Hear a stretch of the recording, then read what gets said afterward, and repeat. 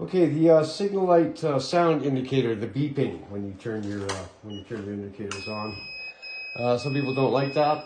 So on the zone, unfortunately, just, if you can get in here, Jack. So you've got a this is your flasher, but it's a beeping flasher. So you can get in under here and just cut the wire tie, and you can do it from here. But because this bike's apart, we'll just show you over here.